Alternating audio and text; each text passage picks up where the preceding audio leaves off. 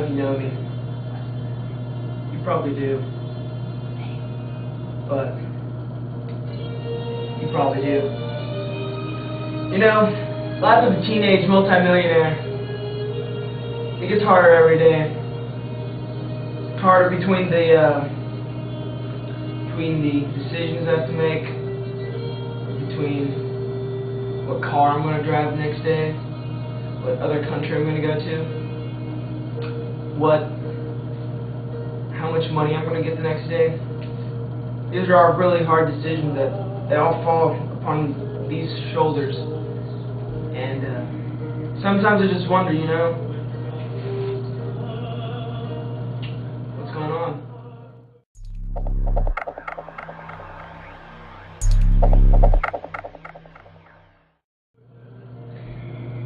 I guess this all kind of started when I was about 6. I was living in Kansas with my family in a house with 3 Cocker Spaniels, one named Barney, one named Snoopy, and one named Pokey.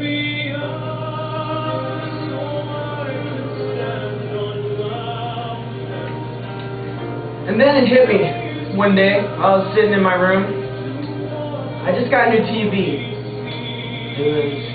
It was blue with a hint of gray. And I remember the first day I had it, I dropped it, and my parents bought me a brand new one that was even bigger and better. And it cost over, probably more than anybody else's house that's even watching this movie.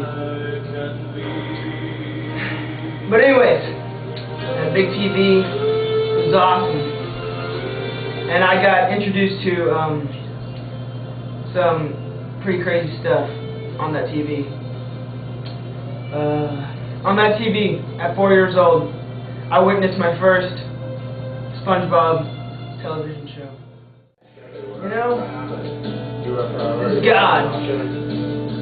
I was lucky enough that my parents took me to church every now and then. Every now and then, whenever we weren't counting our money or getting diamonds from Africa, from our many diamond factories.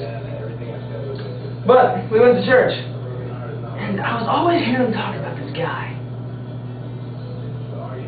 and how majestic he was, and how awesome he was, and how he never sinned, never did anything bad, and they would just throw that in my face all the time after I witnessed SpongeBob.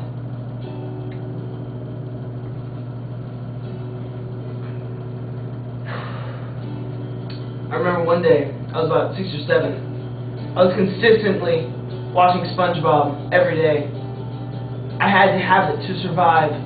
I remember I would go and I would sit on my couch and I would grab the remote control and I'd turn it on right after I made a peanut butter and jelly sandwich, or 7 of them, and I would just sit there and watch it. And I had to have it to survive. And I said, and then I just came back to this realization that this guy that never sinned, and I said, God, if you're real, like they say you are at church, take this SpongeBob away from me. Take this TV from me, this remote control from me.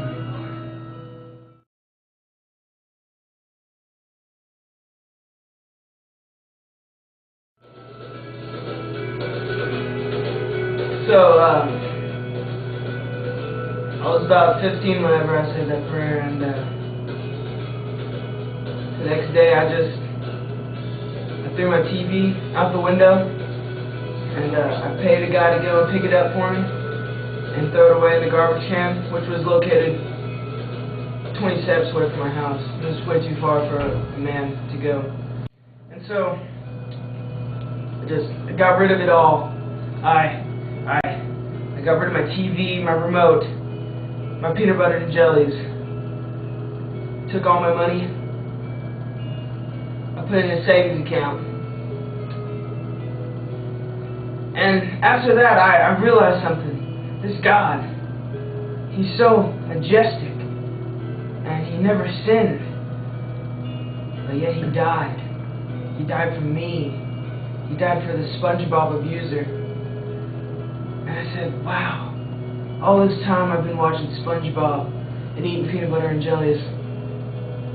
There's been a God up there who's wanting to have a relationship with me. And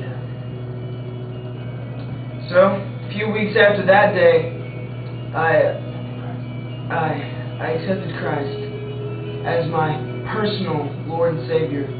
He came into my being and made me what I am now. About a year after that, I started something called W Incorporated. W Incorporated was a foundation founded by me, because my name starts with a W. I took all my money I had. I sold every TV in my house. I sold all my peanut butter and jellies for money, because who doesn't want a peanut butter and jelly? I took all my money, I added all those together, and I made W Enterprise. W Enterprise is a non-profit organization that helps feed cats on the side of the road, dogs on the side of the road, deer on the side of the road, ferrets on the side of the road, chickens on the side of the road, and any other exotic animal you might find in northeastern Africa.